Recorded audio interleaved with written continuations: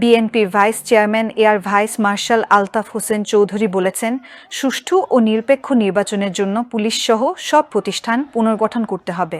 গত 15-17 বছরে দেশে এমন কোনো প্রতিষ্ঠান নেই যা ধ্বংসের দ্বারপ্রান্তে পৌঁছায়নি। শুক্রবার বেলা 11টায় শহরের তিতাস মোড় এলাকার সুরাইয়া ভবনে সাংবাদিকদের সঙ্গে মতবিনিময়ের সভায় তিনি এসব কথা বলেন।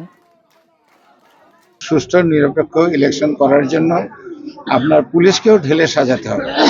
সমস্ত ইনস্টিটিউশনগুলো ধ্বংস করে দেওয়া হয়েছে গত 15 থেকে 17 বছরে। এহেন ইনস্টিটিউশন বাংলাদেশে নাই যেটাকে ধ্বংসের দ্বারপ্রান্তে পৌঁছে দেওয়া হয়েছে। এখন এগুলোকে আবার রিঅর্গানাইজ করে ঢেলে না সাজিয়ে সুন্দর একটি ইলেকশন করা যাবে না। এ সময় আলতাফ হোসেন বলেন, সুন্দর একটি নির্বাচনের জন্য সব প্রতিষ্ঠানকে ঢেলে সাজাতে হবে। যৌক্তিক সময়ের মধ্যে কাজগুলো সম্পন্ন করতে আমরা এই সরকারের সঙ্গে সহযোগিতা করতে প্রস্তুত।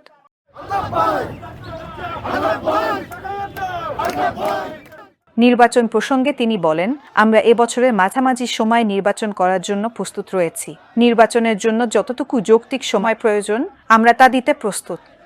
সেই জন্যই আমরা বলছি যে যতটুকু যৌক্তিক সময় চাই সেটা তো আমরা দেবই। আমরা এই সরকারের সঙ্গে হাতে হাত ধরে কাঁধে কাঁধ মিলিয়ে আমরা কাজ করব, যাতে আমরা আগামী নির্বাচনের জন্য যত তাড়াতাড়ি সম্ভব প্রস্তুত হতে পারি।